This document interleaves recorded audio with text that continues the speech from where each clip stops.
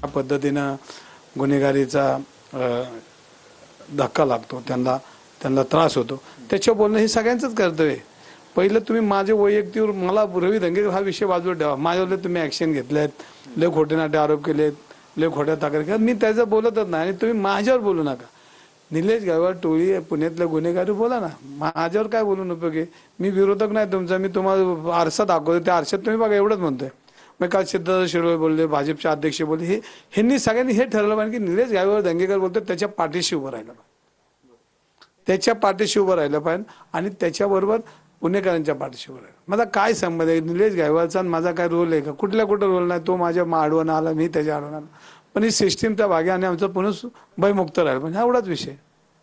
पुण्यातल्या निलेश गायकवाडच्या संदर्भात किंवा एकूणच गुन्हेगारी जी वाढत आहे या अनुषंगाने खासदार सुप्रिया सुळे, गृहमंत्री अमित शहा असतील किंवा विदेशी मंत्री जे आहेत यांना भेटणार आहे, या संदर्भातल्या सर्व गोष्टी त्यांना सांगणार आहे. म्हणजे वस्तुस्थिती आहे, म्हणजे सुप्रियाताई जे बोलत आहेत ती वस्तुस्थिती आहे आणि ह्याच्यामध्ये ऍक्शन झाली पाहिजे. ह्याने ऍक्शन घेण्याची सगळी पॉवर्स फडणवीस साहेबांकडे आहे. मग फडणवीस साहेबांकडनं नाही होत असेल तर मग अमित शहाकडे ताई जात असेल, हा त्यांचा कामाचा भाग असेल.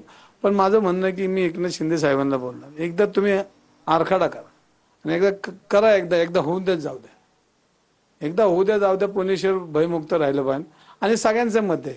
आणि शिंदे साहेबांचं हेच मत असेल आणि देवेंद्र फडणवीस साहेबांचं हेच मत असेल. पण आता ते मला का क्रॉस करतात हेच मला कळत नाही. निलेश गायकवाडवर बोला ना, रवी धंगेकर बोलतोय, माझ्या पाठीशी उभे राहिले पाहिजे सगळ्यांनी, या धंगेकर बोलतोय.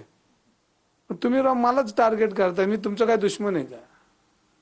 आपले जे दुश्मन सगळ्यांचे जनतेचे, त्यांच्या मागं माझ्या बरोबर राहा ना, माझ्या मागं ना बरोबर राहा, माझ्या पुढे जा, मी लांब थांबतो, पण तुम्ही करा ना, ऍक्शन करा ना काय.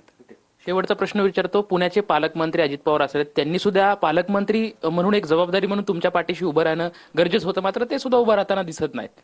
मी तुम्हाला म्हटलं दादा माझे नेते आहेत, आज उदय परवा बी, कारण दादांचे माझे परिवाराचे कौटुंबिक संबंध आहेत.